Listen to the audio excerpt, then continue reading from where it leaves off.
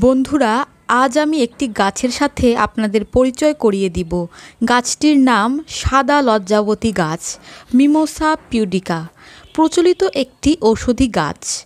এটি বিভিন্ন উপকারিতার জন্য পরিচিত।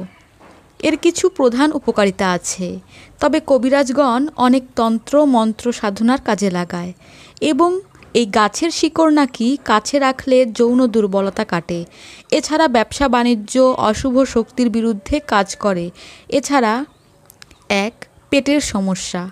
সাদা লজ্জাবতী গাছের পাতা ও শিকড়ের রস পেটের গণ্ডগোল, গ্যাস, কোষ্ঠকাঠিন্য এবং উদরাময়ের সমস্যা সমাধানে সাহায্য করতে পারে। 2.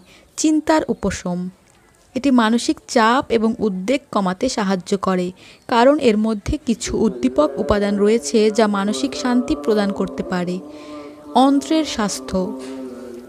এর পাতা পেটের পীড়া, ডায়রিয়া এবং গ্যাস্ট্রিক আলসারের চিকিৎসায় সহায়ক হতে পারে। ত্বক ও ক্ষত নিরাময়। সাদা লজ্জাবতী গাছের রস ক্ষত বা চামড়ার সমস্যা যেমন ফোস্কা, অ্যালার্জি এবং জ্বালাপোড়া কমাতে সহায়ক হতে পারে। ব্যথা উপশম। এই গাছটি প্রাকৃতিক ব্যথানাশক হিসেবে কাজ করতে পারে, বিশেষত হাড়ের ব্যথা, মাংসপেশির ব্যথা এবং মাথা ব্যথায়। প্রতিরোধ ক্ষমতা বৃদ্ধি। এটি শরীরের প্রতিরোধ ক্ষমতা বৃদ্ধি করতে সাহায্য করে এবং সংক্রমণ প্রতিরোধে কার্যকর। এছাড়াও সাদা লজ্জাবতী গাছের পাতা ও শিকড় নানা প্রকার ঔষধি উদ্দেশ্যে ব্যবহৃত হয়, তবে এর ব্যবহার বিশেষজ্ঞদের পরামর্শ নিয়ে করা উচিত, কারণ কিছু ক্ষেত্রে এটি অতিরিক্ত পরিমাণে ব্যবহারের ফলে পার্শ্ব প্রতিক্রিয়া ঘটতে পারে।